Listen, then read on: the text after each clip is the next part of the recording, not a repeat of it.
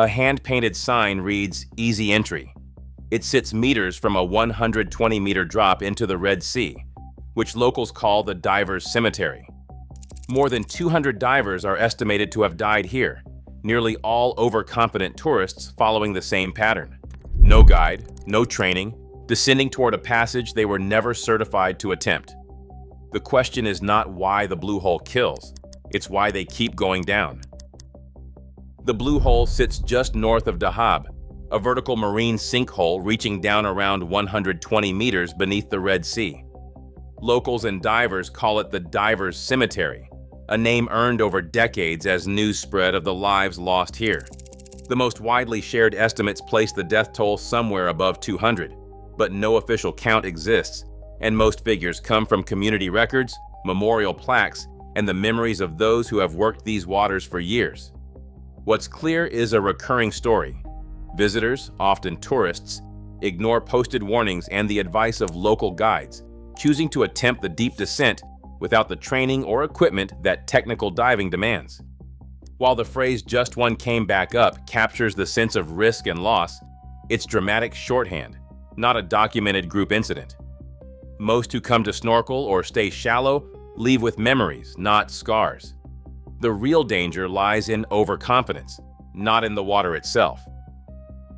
The arch is the blue hole's most infamous feature, a tunnel carved through the reef wall, stretching about 26 meters from the sinkhole out to the open sea. Its entrance sits at roughly 55 meters below the surface, deep enough that most sunlight barely reaches it. For comparison, a basic open water certification allows dives only to about 18 meters. Even an advanced recreational diver is limited to 30 meters.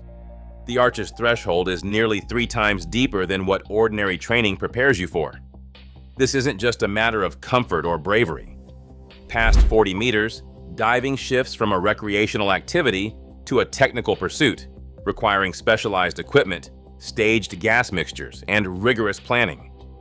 Technical divers are trained to manage the risks that come with such depths.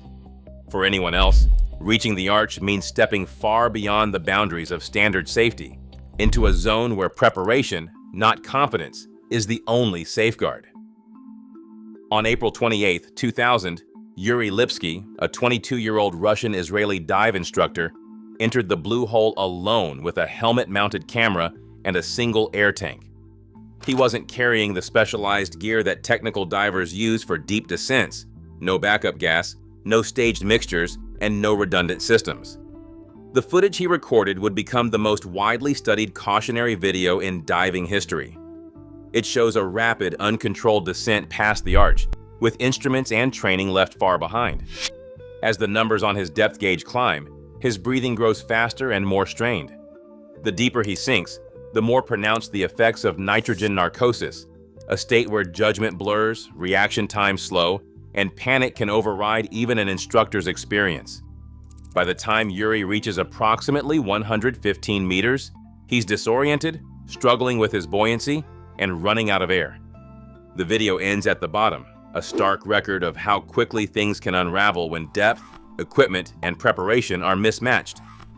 Diving medicine experts point to this tragedy as a failure of planning and training, not a mystery of physiology or a spectacle.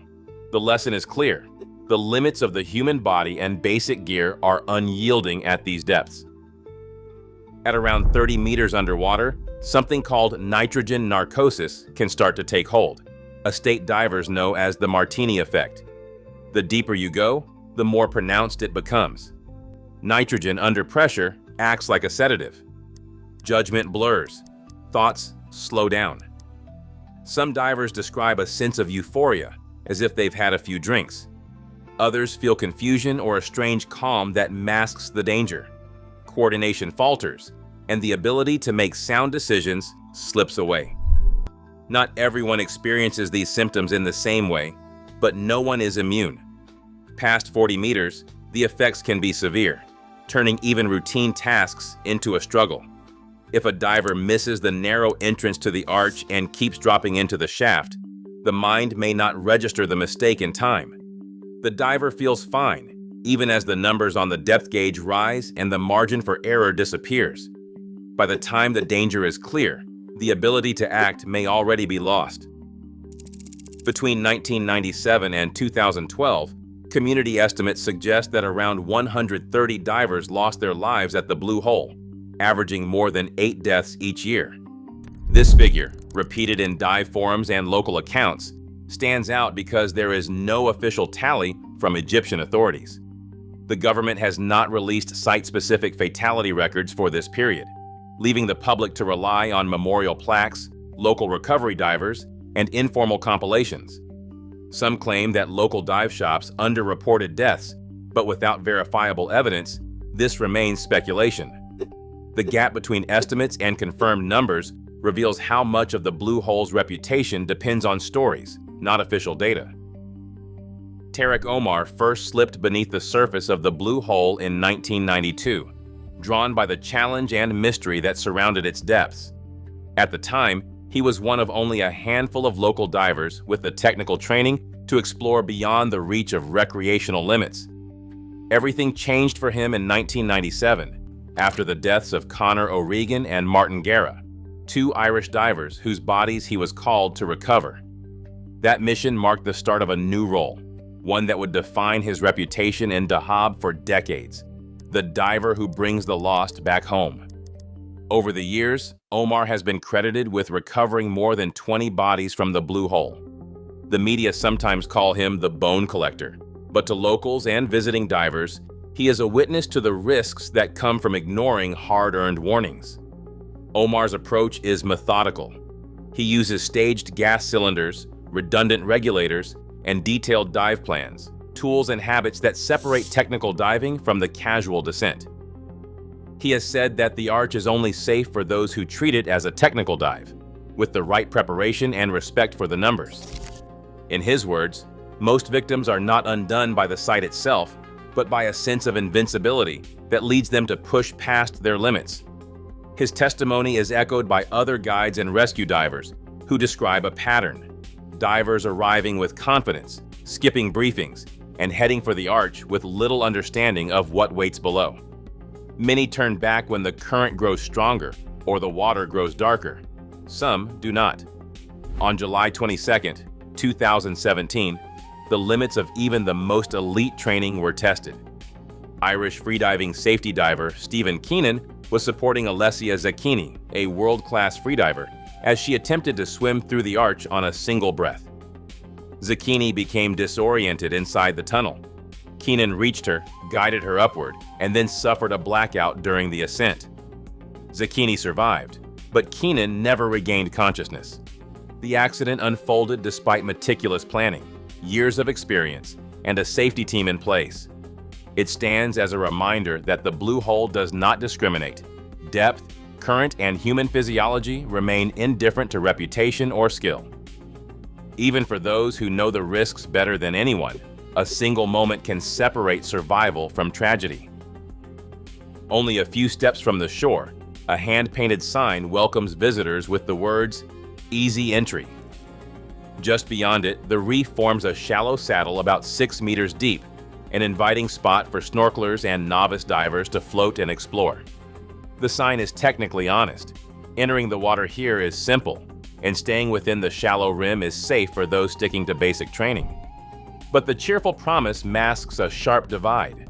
The same entry point that feels like a playground can tempt the untrained to push farther, mistaking an easy start for an open invitation. The risk isn't in the water's surface. It's in the illusion that what begins as a gentle swim could ever prepare someone for the drop that follows. At the arch's depth, the numbers become unforgiving. The pressure is about 6.5 times what we feel at sea level, 6.5 atmospheres absolute, or ATA. Breathing air at this depth means the oxygen in each breath hits a partial pressure near 1.37 ATA, just under the 1.4 ATA threshold that technical divers use as their safe operational limit. This isn't a hard cutoff. Oxygen toxicity doesn't strike at an exact number. It's an exposure risk that grows with time and effort. Too long or too hard, and the odds tip against you. Meanwhile, your gas supply drains much faster than at the surface. The harder you work, pushing against the open ocean current, searching for the tunnel entrance, turning or ascending, the quicker your tank empties. Divers use something called a surface air consumption rate, or SAC, to estimate how fast they breathe under normal conditions. But stress, cold, or panic can double that rate. An underplanned diver can burn through their gas before even reaching the halfway point of the tunnel, with no margin left for a safe return, decompression, or emergencies.